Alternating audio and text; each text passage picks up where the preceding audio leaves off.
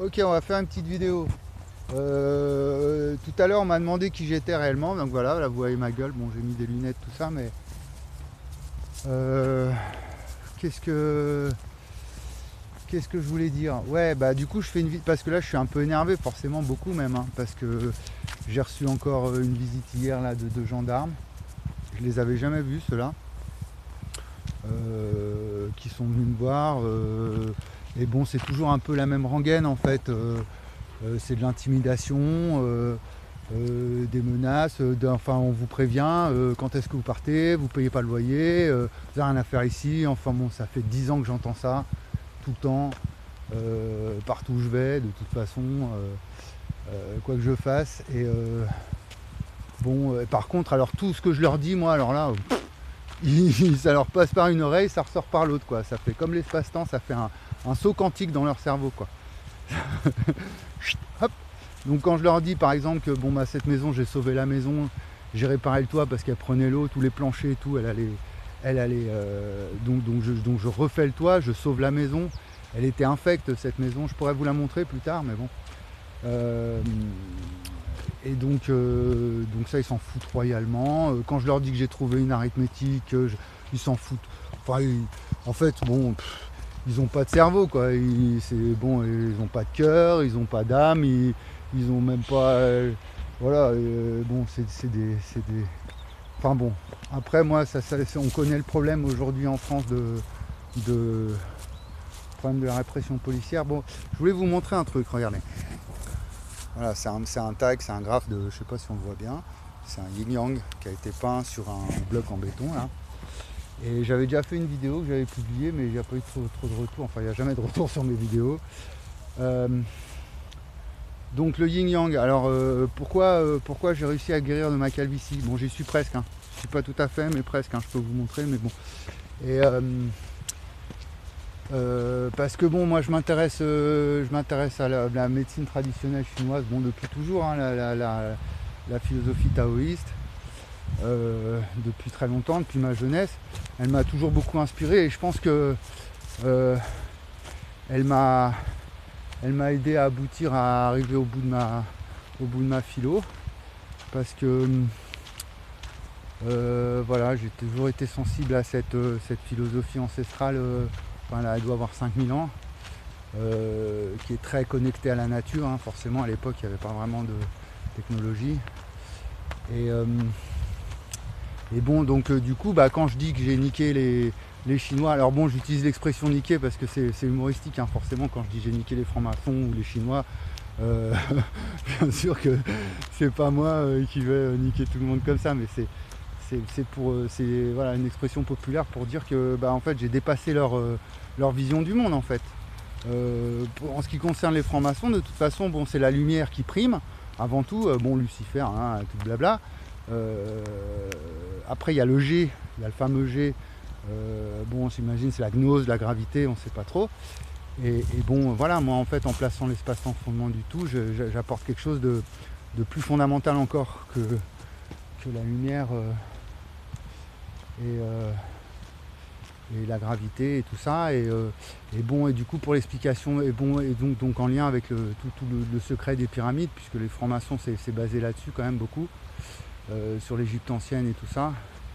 Donc là, bon, on avance. Hein. Je pense que là, il y a pas mal de gens quand même qui se posent des questions sur les pyramides et c'est devenu maintenant, c'est plus réservé à une secte occulte. Maintenant, tout le monde sur Internet peut faire ses recherches, ses travaux, voilà. Et donc, en concernant le yin-yang, alors voilà, c'était parmi mes centaines de propositions allégoriques, on va dire, hein, quand je fais une métaphore. Donc, le yin, alors c'est réversible, hein, parce que le yin est au temps ce que l'espace est au yang, et donc le qi, ou le Tao, l'énergie du cosmos, qu'on n'arrive pas vraiment, que les Chinois n'arrivent pas vraiment à expliquer. Hein. Donc, ça serait l'espace-temps s'il est au fondement du tout. Et donc ça, j'ai bien vérifié, je suis allé voir, j'ai bien attendu, j'ai essayé de contacter, enfin j'en ai parlé à des Asiatiques, mais après voilà, j'ai essayé de voir un peu ce qui se disait. Et même encore aujourd'hui sur la médecine chinoise, il n'y a pas cette notion-là d'espace-temps associé au yin-yang et au qi. Donc je pense que c'est ça qui m'a permis de guérir de ma calvitie. Parce que quelque part j'ai réussi à, comme j'ai soigné, j'ai guéri des problèmes de santé qui sont apparus dans ma jeunesse à l'âge de 8 ans ou même avant, hein. C'est comme si j'avais réussi à remonter le temps en fait, à revenir dans le passé.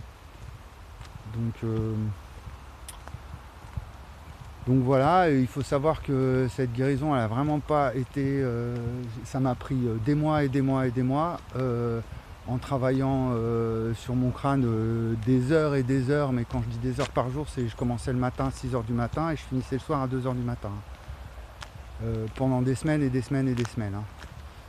Donc bon, au début, pendant quelques mois, quelques semaines, je cherchais un petit peu à comprendre le mécanisme qui se passait au niveau du cheveu. Donc j'ai utilisé de l'argile et de l'huile d'olive mélangée avec du laurier sauce. Mais je vous déconseille vraiment de le faire, enfin réduit en poudre, mais je vous déconseille vraiment de le faire parce que ça a aggravé ma calvitie. Elle était naissante, elle était en train d'apparaître, elle était en train de sortir. Et en fait, c'est comme si j'avais poussé la calvitie au maximum. Donc j'avais vraiment tous mes cheveux, il restait juste le derrière. Et là, j'ai découvert, je vais vous parler de ça. Je ne savais pas de quoi trop j'allais parler, mais je vais parler de ça parce que ça me paraît vraiment important. Et donc j'ai découvert, et donc j'ai fini par creuser, c'est-à-dire j'ai insisté, je sentais donc une douleur au fond de mon cuir chevelu, et j'ai vraiment mis la dose, j'ai beaucoup creusé parce qu'en fait avec le laurier ça détruit en fait, ça décompose. On m'avait donné cette technique comme ça, histoire de dire bon, c'était une technique de femme en fait, juste pour remettre un peu les cheveux, puis moi j'y suis allé vraiment comme un bourrin, j'en ai mis beaucoup, et je suis allé tout au fond, tout au bout du problème. Et je me suis vraiment acharné comme je fais d'habitude, même pour ma philo, je m'acharne et je lâche pas l'affaire, et ça paye. Et donc là, il s'est passé un événement parce que je sentais un truc qui me chatouille. Après voilà, c'est ça le problème, c'est comme vous comprenez pas ma philosophie, ni les mathématiques, ni du coup je peux pas utiliser, parce que moi j'ai un dialogue, j'ai une manière d'expliquer ma découverte au niveau de la calvitie, où j'utilise le terme information et gravité dans le corps. C'est-à-dire je vais parler d'informations qui tombent par gravité dans le corps. Donc si nous, les scientifiques actuels n'ont pas cette notion d'information, de spatio-temporel, et de gravité, une information qui tombe par gravité, on ne pourra pas se comprendre. Donc c'est pour ça que je m'énerve, parce qu'en fait tant que mes recherches concernaient la science pure, c'est vrai que les débats scientifiques ou philosophiques sont souvent très houleux, c'est une vraie guerre intellectuelle qui est entre nous, pour savoir le pourquoi du comment, la gravité, etc. L'état quantique et tout ça, comment. Donc il y a une vraie lutte intellectuelle entre nous. Mais là il s'agit d'une question de santé, de santé publique. Et comme par hasard, voilà, ça tombe effectivement en plein Covid, où il y a une vraie crise sanitaire. Donc voilà, j'ai écrit cette nuit à Divisio, donc on va voir s'il va me répondre. À mon avis, non. J'ai aussi écrit à Juan Branco, on va voir s'il va me répondre, mais à mon avis, non.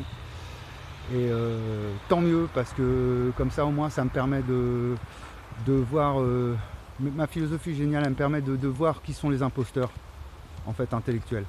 Et je pense pas qu'ils le soient, mais après c'est ceux qui ont le courage, parce qu'il y a une question d'imposture, d'honnêteté intellectuelle, puis il y a de courage intellectuel aussi, de savoir un peu se confronter au... j'ai plus beaucoup il me reste 20 secondes. Donc voilà, du courage et de l'honnêteté intellectuelle. Moi c'est ce que je vous demande à tous. Et un peu d'effort quand même, de réflexion, et puis qu'on travaille ensemble correctement, normalement, simplement, pour aller dans le bon sens, vers la vérité, dans les faits.